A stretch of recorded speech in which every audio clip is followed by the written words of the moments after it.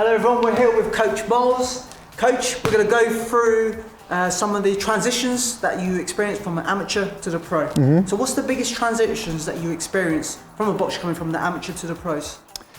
Well, the initial thing obviously is the amount of time in the ring, so that can take quite an adjustment from being in short rounds, boxing very quickly, scoring punches, to potentially having to go through 10, 12, 3-minute rounds in grueling fights. So I think there's a change in conditioning and a change in pace. You have to be prepared to change your pace. You have to, for some fights, you're going to have to slow down a little bit and be more patient in readiness to go those longer rounds. As an amateur, you might just be doing 3 or 5 2-minute rounds maybe, or 3 threes, and that goes very quickly, so yeah. So in the amateurs, you're a lot more bouncier and stuff, aren't you? Yeah, so on your toes. In the pros, you have to plant your feet a lot more? Yeah, you're going to sit down on your punches a little bit and glide around the ring rather than probably making such quick, jerky movements and be so light on your feet. So yeah, you're going to have to slip and slide and move your head a little bit more. Can we show and plant your feet a little bit more? Just how that would work? So instead of jumping up and down, what sort of things would you recommend in terms of the footwork? Yeah, you're going to sit down and probably lose some height a lot of the time. So a lot of amateur boxers are very much on their toes and very tall. You can lose that height and sit in amongst people. Like there'll be a safe place for you to sit defensively. You wouldn't be. And then you can move when you're ready to move. In amateur boxing, you're quite often moving constantly and flicking shots and trying to score. So. Yeah, there's a period of settling down, I think, when you turn pro and having to sit down on your punches. So that's definitely one of the quicker changes. Yeah. What's the sort of long-term changes that you see in there as well? If that's the quickest, what sort of things that, as they progress in their career, would they need to change? Yeah, you seem to need to add a few things into your craft a little bit more. In amateur boxing, there's not really a huge emphasis on body punching. And now, as a pro, you could be a lethal body puncher, and so there's definitely more body work in pro boxing. There's more physicality. You can use your strength. In amateur boxing, you'll quite often be very quickly broken by the referee as you come together. And pro boxing, they'll quite often let you work for a much longer period of time up close, where you can, use your body weight and you can use some little tricks on the inside.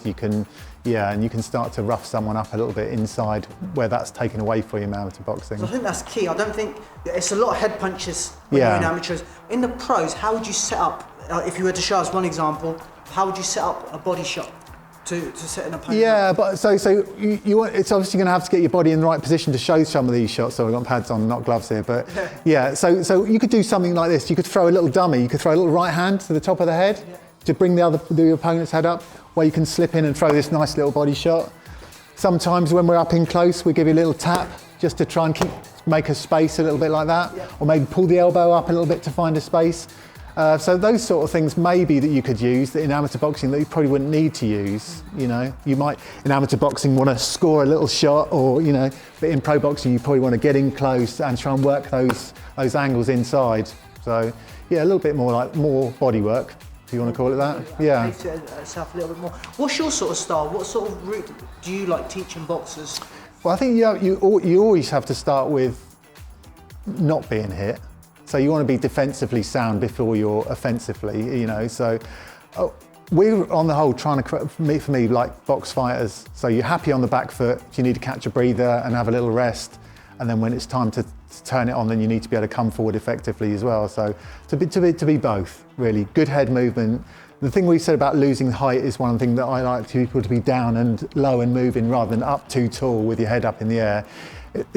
Going from amateurs to pros again, obviously, you could all of a sudden find yourself with some 8-ounce gloves on with a man, and you'll get really hurt if you get caught with a good shot with those small gloves on. So that's where defence is very important. Defensively sound. I'm not a big fan. Me personally, I'm not so much into an elusive style. I'm probably maybe a bit more European, I guess, but in a nice tight guard.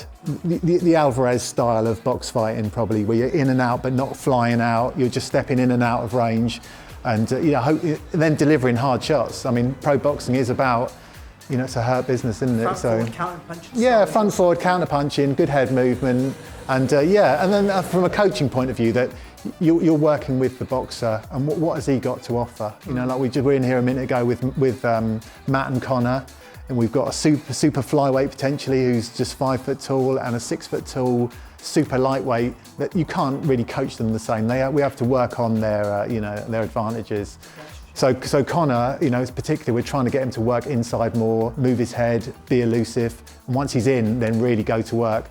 Matt's obviously a bit more on the outside, but still a front foot fighter, you know, so he's offensively sound and exciting to watch as well. Matt's huge, 6'2" for welterweight as well. Yeah, really long arms. Yeah, and he's got that sort of.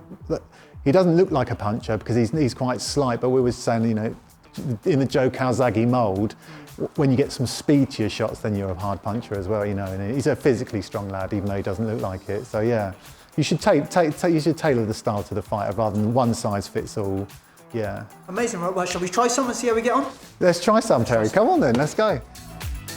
Let's just practice of some of these things of catching shots on your hands, and you know, staying safe but staying in range a little bit. So we're going to throw this jab, and I want you to bring it back and catch it back on your hand again. So when I do pads, I'll give you a lot of taps and slaps so that you're in defensive positions, all right? So we'll throw that jab out and you can catch it. So nice and simple. We'll do it quickly. Good stuff, right. We can do the same with that backhand. So we'll just do one, what we'll just do is once catch counter and release it again. Okay. Again. This time we'll throw it, roll under it and throw it again. So we're staying in that little pocket. That's it. So, sorry, Terry. Stay in there a bit. 2. Right, so we'll do a little slip now. So we'll go 1, 2, slip, backhand, right? Cool. So for me, it's attack, defend, attack, right? And again. Good stuff. Jab. So another thing I like to do is mix up the speed and the power of a jab. You don't want to give all your power away and all your speed away. So sometimes we just pop with that jab. Just to have it as a nice little range finder. Now you're going to stick a hard one in. Just to, I don't know, another fast one. That's it. Just a little quick one this time. So if we're mixing that all the time, you're not giving away your speed and your power, and people won't be able to make it much harder for you to read. 2.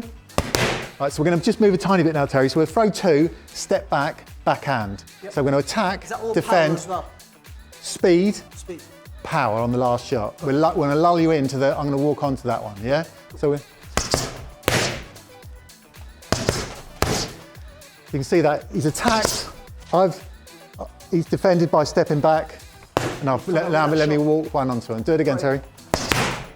Good stuff. Right, so now we're just staying in this little pocket here. I'm going to give you these little catches. So we're going to fight on the inside a little bit, what we were talking about a little bit earlier. Yeah. So even though we're nice and tight, we're going to catch a shot, we'll come back with a little sharp hook. All right, so we'll go there again. You're going to catch shots again. We're going to go for this body shot this side. Catch, catch, catch, moving your head, rolling, little right uppercut. Now, probably by this time we'd have moved off, but you can stay in this little pocket for a long time. As long as you're happy with the shots coming, you're looking, your hands are seeing these shots. And we can come back, up. That's it, good stuff. Breather, Terry, breather. No, that's amazing. Thank you very much for some of those tips. Short and sweet. Short and sweet, the way we like it. Don't want to give too many secrets away. Exactly. Thank you very much, Miles. Guys, thank you very much for tuning in. Cheers Terry.